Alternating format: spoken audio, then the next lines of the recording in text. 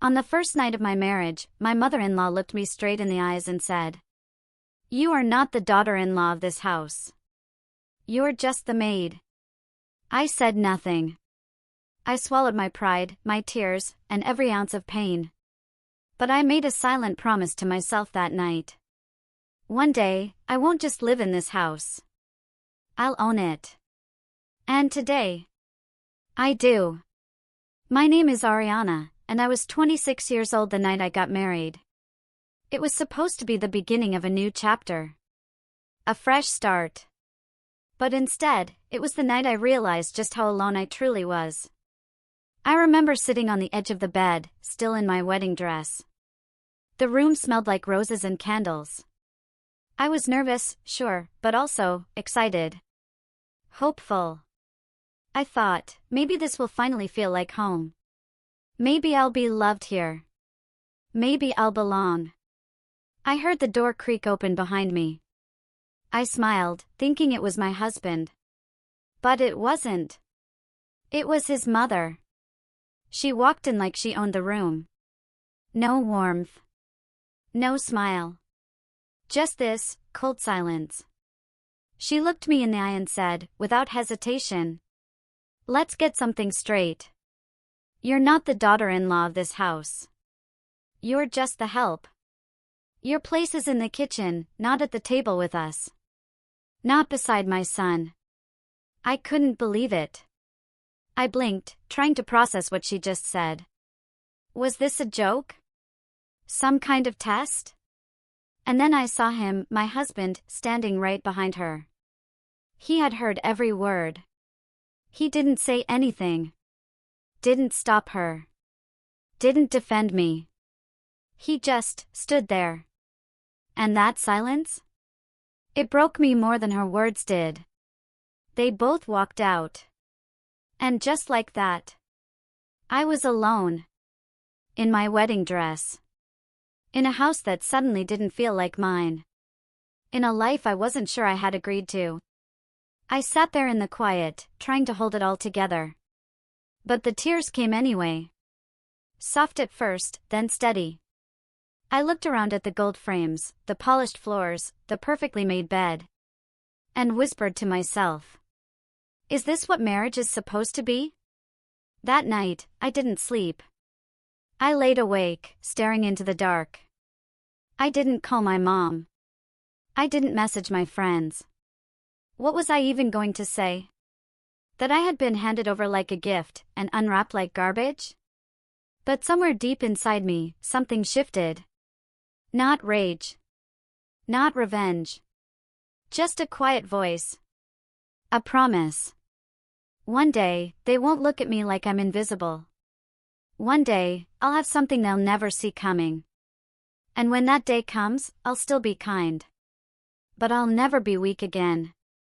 After the wedding night, I kept telling myself, maybe it was just a bad start. Maybe tomorrow will be better. But tomorrow never came. Not the kind I had hoped for. From the moment I woke up each day, it began. The endless list of chores. The looks. The silence that cut deeper than words ever could. I'd be in the kitchen by 6, cooking for everyone, making breakfast, cleaning up after them, while they sat at the table laughing, talking, like I didn't exist. No one ever said thank you. No one asked how I was doing. No one even looked at me unless they needed something. And my mother-in-law. She made sure I knew exactly what I was in that house. She'd call me out in front of guests, make fun of the way I dressed, or how I spoke. She once told a neighbor, loud enough for me to hear, "She's not like us. She doesn't belong here. But she's good at scrubbing floors." Everyone laughed. I didn't. I just smiled. Because that's what I was expected to do. Smile. Nod. Serve. Disappear. At night, I'd lie in bed beside my husband, trying to find the courage to tell him how I felt. But every time I did, he'd just sigh and say, "My mom's just a little strict. You know how she is. Try to understand." Try to understand? How do you understand someone who reminds you every day that you're unwanted? I kept hoping he'd see it. That one day, he'd speak up. That he'd hold my hand, say, "I'm here for you. We'll get through this." But that day never came either. And when I called my mom to talk, she said what mothers always say. "Beta, be patient. It's your new home. Adjust a little. Things will get better." I wanted to scream, how much more do I have to adjust? How much more of myself do I have to shrink to fit in here? But I didn't scream. I didn't cry. Not in front of anyone. I kept doing what was expected. Washing dishes. Folding laundry. Serving tea. Smiling when it hurt. Apologizing when I did nothing wrong. And disappearing into a house full of people who never once saw me. It wasn't just loneliness. It was something deeper. A quiet kind of pain that settles in your bones. When you realize no one's coming to save you. Not your husband. Not your family. Not even God, it felt like. I was 26. And I felt like I'd aged 10 years in a few months. But here's the thing about silence, it teaches you how to listen. And one night, while I was sitting alone after cleaning the kitchen, I heard something inside me I hadn't heard in a long time. My own voice. Small, tired, but still alive. It said, "This is not the end of your story, Ariana. This is just the part where they don't see you coming. People think broken hearts make you weak. But for me, being broken quietly built something inside me, something stronger than I had ever known." I don't know the exact day it changed. Maybe it was one of those cold nights, sitting alone in the kitchen after scrubbing dishes for the 10th time that day. Or maybe it was the moment I realized, no one was going to clap for me. No one was going to lift me out of this life. If anything had to change, it had to start with me. You see, before I became the maid of the house, I was a little girl who loved the smell of vanilla. I used to bake cookies for my dad's birthday, mix cake batter with my fingers, and dream of opening my own bakery. But like most dreams, life had folded it up and stuffed it in the back of my heart. Until one night, when the house was quiet. Everyone was asleep. And I was too tired to cry, too restless to sleep. So I pulled up my phone and opened the Notes app. I wrote the words. Ariana's Bakes, made with heart. That's how it began. I didn't tell anyone, not even my husband. I used my tiny savings to buy basic ingredients online. Flour, butter, cocoa, vanilla, cupcake liners. The next night, while the house slept, I baked a small batch of cupcakes. I photographed them near the window, using an old bedsheet as background. Then I created an Instagram page. No filters. Just soft colors, gentle words, and quiet hope. I posted a few pictures. Wrote a short caption. I remember my hands were shaking. And then, I waited. I told myself I didn't care if no one ordered. But that was a lie. 2 days later, my first message came in. A young college girl wanted a birthday cake for her roommate. I said yes. I baked that cake with my whole heart. I wrapped it in a box I made from old packaging, tied it with ribbon from a gift someone had once given me.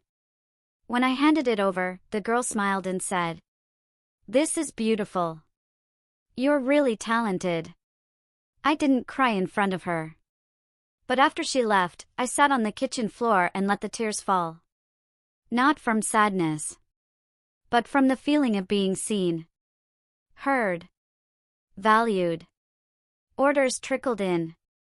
1 cake here. 2 dozen cookies there. A small engagement order from someone's cousin. And every night, I worked in secret, measuring, mixing, creating. By day, I was the invisible daughter-in-law. But by night, I was Ariana. The baker. The artist. The businesswoman. And slowly, the flame inside me started to grow. I didn't tell my husband. I didn't need his permission. This dream wasn't for them to approve. It was mine to protect. And as the days passed, as the kitchen turned into my quiet studio, as flour covered my clothes and joy crept back into my chest, I realized maybe they could ignore me as a person, but they would never ignore what I was building. Not forever. This was just the beginning. And I wasn't done rising yet. They still saw me the same way, quiet, obedient, invisible. But they had no idea what was happening behind the curtain. One evening, as I was placing cupcakes in boxes, I got a message from a local cafe downtown. They had seen my cakes on Instagram. Their baker had quit. They needed someone who could handle a bulk order every weekend. I stared at the message, unsure if it was real. Me? Bulk orders? A business deal? I didn't reply right away. I sat with it. Let the idea settle in my chest like warm bread rising in the oven. The next morning, I said yes.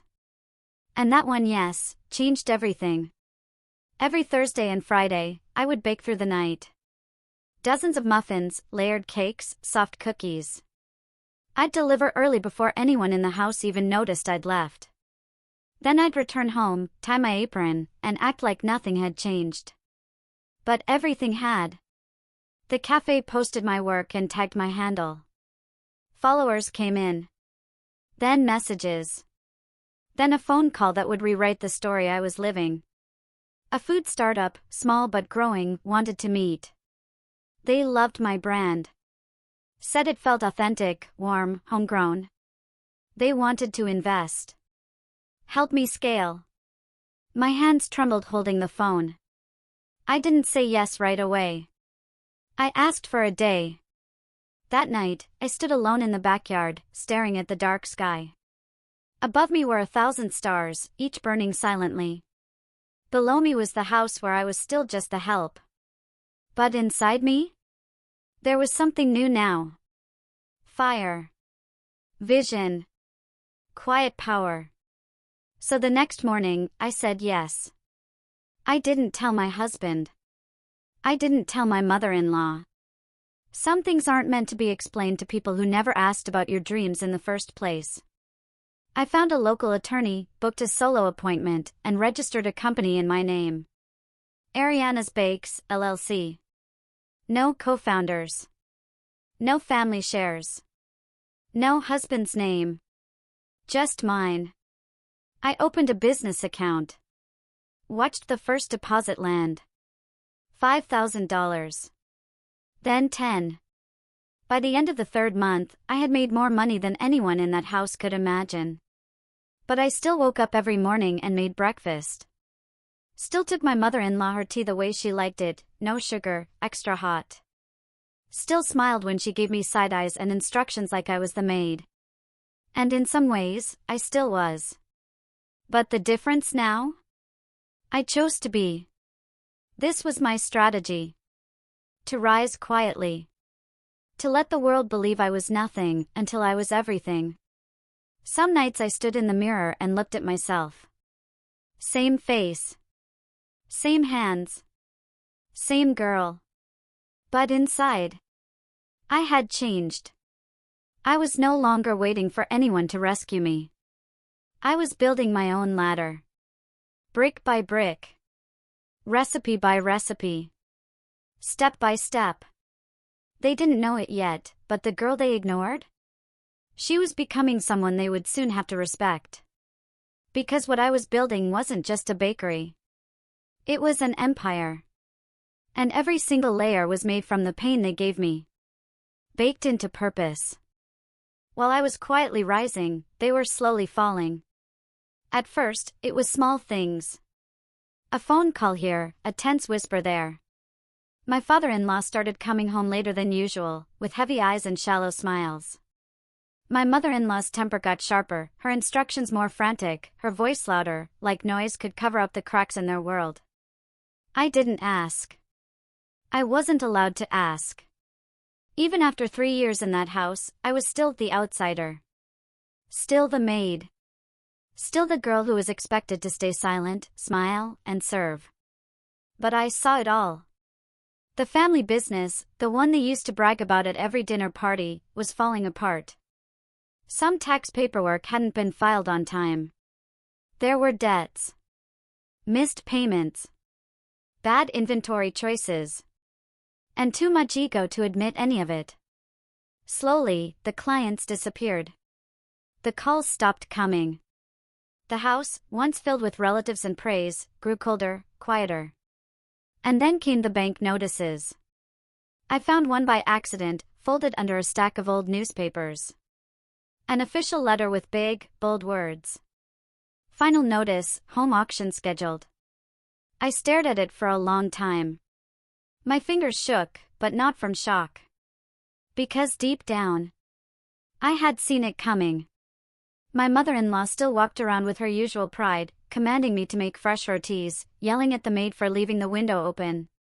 But at night, I could hear her crying. Behind the bathroom door. Soft sobs. Desperate prayers. Still, not once did she come to me. Not even when I knew she wanted to. Her pride was bigger than her fear. The relatives who used to flood our house during holidays? They vanished. One even returned a borrowed watch, saying, just in case things get messy. Family friends?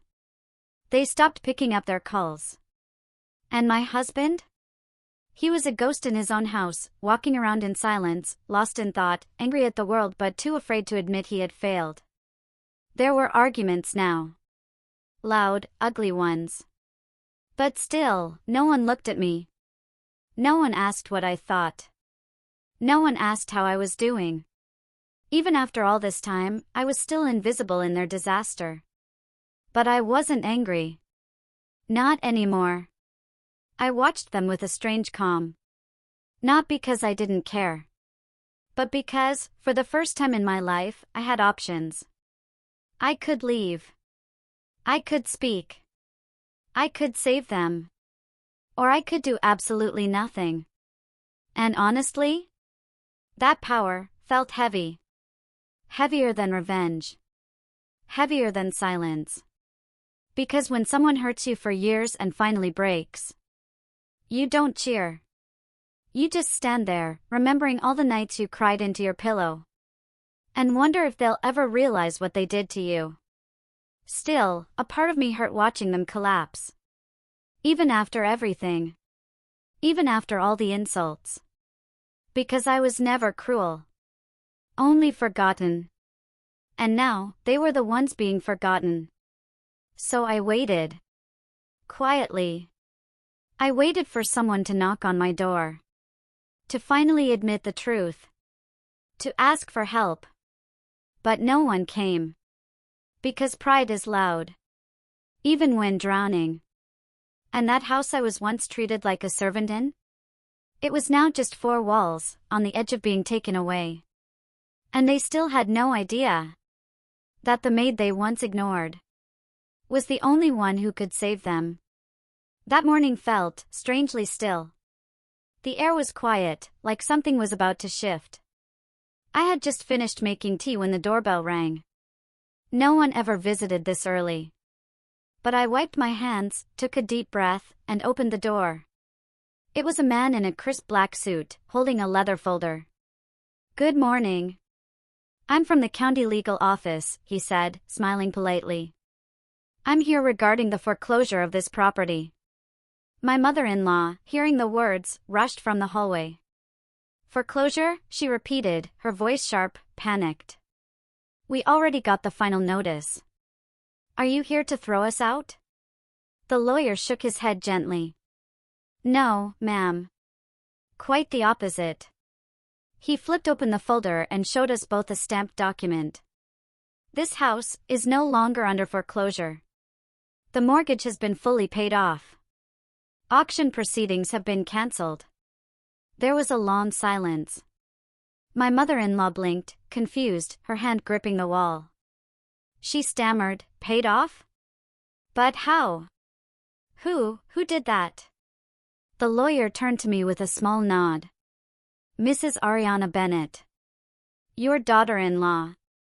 For a moment, her face lost all color. It was like someone had pressed pause on her entire world. She slowly turned toward me, eyes wide, knees trembling. You? She whispered. I met her gaze. Calm. Quiet. Steady. Yes, I said. She didn't speak. Couldn't. She leaned against the wall, struggling to stay upright. The woman who once told me I was just a maid was now standing inside a house I owned. And yet, I felt no pride in that moment. Only stillness. The lawyer continued, unaware of the history written in this room. Mrs. Bennett submitted the full payment last week through her business account. The deed is now officially in her name. This house belongs to her. I watched my mother-in-law's hands shake as she reached for the edge of a table. The room around us felt heavier than ever. There was no celebration. No music. Just the sound of reality catching up with a woman who had spent years pretending I didn't matter. She looked at me again. This time with something I had never seen in her eyes, not anger, not judgment. Fear. And maybe, regret. I wanted to say something. But what do you say to someone who spent years breaking you down? Only to now find that you're the one holding the roof over their head? The lawyer handed me a few papers to sign. I didn't look at her while I signed them. Not out of revenge. But because I knew if I did, I might cry. Not because I was overwhelmed. But because a part of me still wished she had seen me sooner. Seen the woman behind the apron. The human behind the silence. When the lawyer left, the house was quiet again. My husband didn't come downstairs. My father-in-law stayed in his room. And my mother-in-law stood there like a statue, staring at the floor, like she had lost something she didn't even know she had. I walked into the kitchen and picked up the kettle. Poured her a cup of tea, just the way she liked it. No sugar, extra hot. I placed it in front of her gently. She didn't touch it. She didn't say thank you. But I didn't need her to. Because I wasn't doing it for approval. Or forgiveness. Or recognition. I was doing it because kindness is my strength. Even when the house belongs to me, I will still choose grace over revenge. Because that's who I am. She finally looked me in the eyes and asked, "So what now? Are you going to throw me out?" Her voice was half defensive, half afraid. I didn't yell. I didn't gloat. I simply said, softly, clearly, "No. I didn't save this house for revenge. I did it so we could all have peace." She froze. Her lips trembled. But no words came. And for the first time, she lowered her head. Not because she lost. But because maybe, she finally understood. I came into that house as the maid. But I stayed as a woman of strength, patience, and silent power. Sometimes, victory doesn't look like revenge. It looks like grace. And sometimes, the quietest woman in the room is the one holding up the roof.